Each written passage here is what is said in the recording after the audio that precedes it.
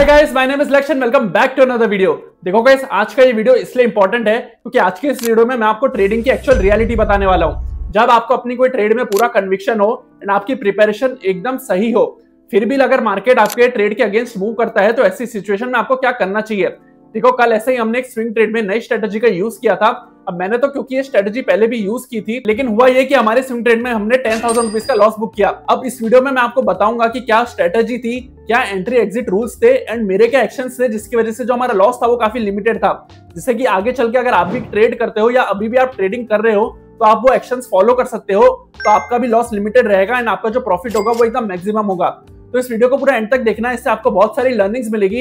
And without wasting any time, let's get started. Okay guys, तो अभी मैं आपको बताता हूं कि स्ट्रेटेजी क्या थी एंड फिर मैं आपको एक्सप्लेन करूंगा कि एंट्री एग्जिट हमने कैसे प्लान किया एंड एग्जीक्यूट की। तो देखो, स्ट्रेटेजी ये थी कि अभी फिलहाल रिजल्ट सीजन चल रहा है, तो Q2 रिजल्ट आ रहा है अभी कंपनी का। एंड होता क्या है, रिजल्ट सीजन में जो भी कंपनी का रिजल्ट आता है उसका स्टॉक या तो अच्छा परफॉर्म करता है या तो गैप अप ओपन होता है। एंड जिस भी कंपनी का रिजल्ट अच्छा नहीं आता है तो वो सडनली बहुत वॉलेटाइल होता है एंड गिरता है स्टॉक बेसिकली। तो हमने इसका फायदा उठाते हुए कोई स्विंग ट्रेड आइडेंटिफाई करने की कोशिश की एंड हमें एक सेटअप मिला भी। अब सेटअप के अकॉर्डिंग हमने स्टॉक आइडेंटिफाई कर लिया है एंड अभी मैं आपको बताता हूं कि हमने स्टॉक आइडेंटिफाई किया कैसे। तो अब देखो, रिजल्ट सीजन में अगर आपको फाइंड आउट करना हो कि कौन से स्टॉक का रिजल्ट कब आ रहा है, तो इसके लिए आप स्क्रीन पे देख सकते हो। हम जाएंगे सीधा मनी कंट्रोल की वेबसाइट पे एंड यहाँ पे हम सर्च करेंगे अर्निंग्स कैलेंडर। तो अर्निंग्स कैलेंडर यहाँ पे हमको मनी कंट्रोल की वेबसाइट पे मिल जाएगा एंड यहाँ पे जो भी डेट पे जिस भी कंपनी का रिजल्ट आ रहा होगा ना, वो आपको यहाँ पे दिख जाएगा। यहाँ पे जैसे कि आप देख सकते हो कि आज कौन कौन सी कंपनी का रिजल्ट था। तो basically TVS motor, Tata Capitals, Shri cements and ऐसे ये बहुत सारी कंपनीज का रिजल्ट था। तो अब अगर मेरे को कल ट्रेड करना है तो मैं देखूंगा कि कल कौन सी कंपनी का रिजल्ट आ रहा है एंड वो आज कैसा परफॉर्म कर रही है एंड उनपे कैसा सेटअप बना है। अब क्योंकि हमने कल 28 अक्टूबर को ट्रेड किया था, तो हमने 27 अक्टूबर को ये स्टॉक आइडेंटिफाई किया जिसका नाम था वर्धमान स्पेशल स्टील्स। अब देखो, स्विंग ट्रेडिंग में आपको मोमेंटम वाले स्टॉक्स कैसे फाइंड आउट करने हैं उसके बारे में हमने पहले वीडियो बनाया था, जिसका लिंक मैं आपको यहाँ आई बटन और डिस्क्रिप्शन में देके दूंगा, तो आप जाके वो भी चेकआउट कर लेना। अभी मैं आपको सीधा स्टॉक पे लेके चलूंगा।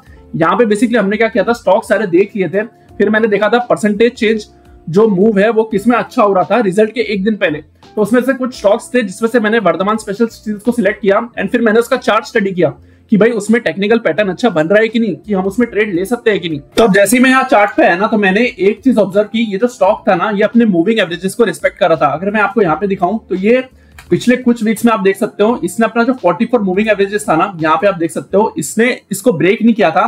एंड यहाँ पे तो बल्कि स्टॉक ने बहुत अच्छे वॉल्यूम्स भी दिखाए थे पिछले कुछ लास्ट 2-3 डेज में। तो अब ये कंफर्म हो गया था कि स्टॉक के अंदर कुछ ना कुछ एक्टिविटीज हो रही है, कोई ना कोई बड़ा प्लेयर या आप कह सकते हो इंस्टीट्यूशन इन्वॉल्व है जो स्टॉक की प्राइस को नीचे गिरने नहीं दे रहा है एंड ऊपर लेके जा रहा है।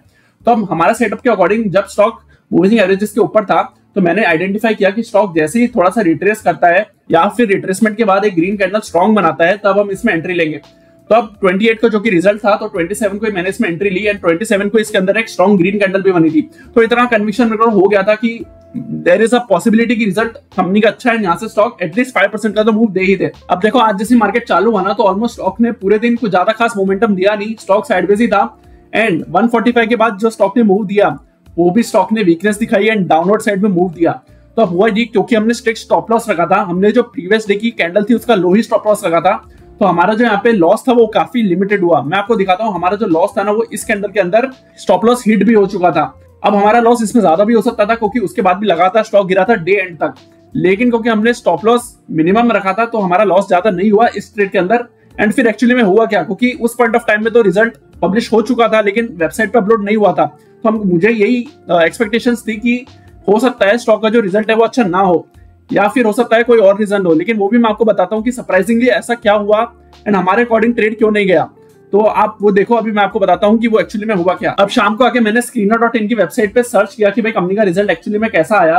तो एक्चुअली में तो कंपनी का जो रेवेन्यू है वो बड़ा है एंड प्रॉफिट भी बड़ा है, लेकिन उस लेवल से नहीं बढ़ा है। तो ये पॉसिबिलिटी हो सकती है कि इसलिए स्टॉक गिरा हो, क्योंकि प्रीवियसली भी ऐसा हुआ है कि बहुत सारे स्टॉक्स सिर्फ इसलिए गिरे हैं रिजल्ट डे के दिन क्योंकि उनका जो रिजल्ट है वो लास्ट क्वार्टर के कंपैरिजन में तो अच्छा आया है, लेकिन इन्वेस्टर्स के एक्सपेक्टेशन के अकॉर्डिंग नहीं आया है। मतलब जो जितनी इन्वेस्टर्स को एक्सपेक्टेशंस थी कि रिजल्ट इतना ज्यादा मार्जिन से या तो अच्छा आना चाहिए था, उतना रिजल्ट अच्छा नहीं आया। तो अब ये चीज के लिए रिटेल ट्रेडर्स या जो भी इन्वेस्टर्स होते हैं वो प्रिपेयर नहीं होते हैं, लेकिन ये मार्केट की रियलिटी है कि मार्केट किसी भी साइड मूव कर सकता है। It's not in our control. हमको एक डिसिप्लिन अप्रोच फॉलो करनी है एंड कोई भी ट्रेड में बिना स्टॉप लॉस लगाए ट्रेड नहीं करना है, भले ही हमको कितना भी कन्विक्शन हो।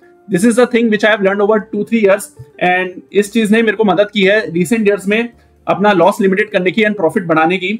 सो ये चीज मेरे को आपको बतानी थी इस वीडियो के थ्रू कि हमने लॉस बुक किया, जिसकी डिटेल्स मैं आपको यहाँ स्क्रीन पे डाल दूंगा, आप चेक कर लेना।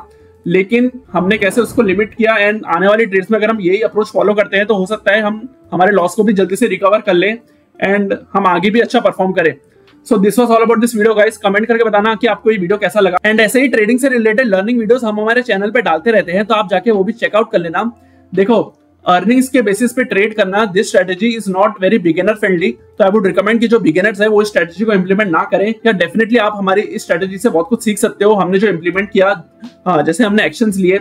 लेकिन आई वुड रिकमेंड अगर आप बिगिनर हो तो आप नॉर्मल इन्वेस्टिंग या ट्रेडिंग जो मोमेंटम ट्रेडिंग है उस पर फोकस करो, बिकॉज इसमें होता क्या है कि इसमें हमको मार्केट को बहुत वॉच करना पड़ता है, क्योंकि स्टॉक्स बहुत वॉलेटाइल हो जाते हैं अर्निंग्स के सीजन में। जब भी जैसे रिजल्ट आता है स्टॉक बहुत अच्छा मूव भी दे सकते हैं एंड बहुत अच्छा डाउनवर्ड मूव भी दे सकते हैं, तो इसमें हमको कंटिन्यूअस वॉच करना पड़ता है। तो आई वुड रिकमेंड कि जो बिगिनर्स है वो इसे अवॉइड करें। एंड अब देखो, अगर आप हमारे चैनल पे नए हो ना तो 2 चीजें करना। पहले तो अगर ये वीडियो आपको अच्छा लगा तो हमारे चैनल को पहले तो सब्सक्राइब करना एंड इस वीडियो को ज्यादा से ज्यादा अपने फ्रेंड्स के साथ शेयर करना जो ट्रेडिंग एंड इन्वेस्टिंग करते हो।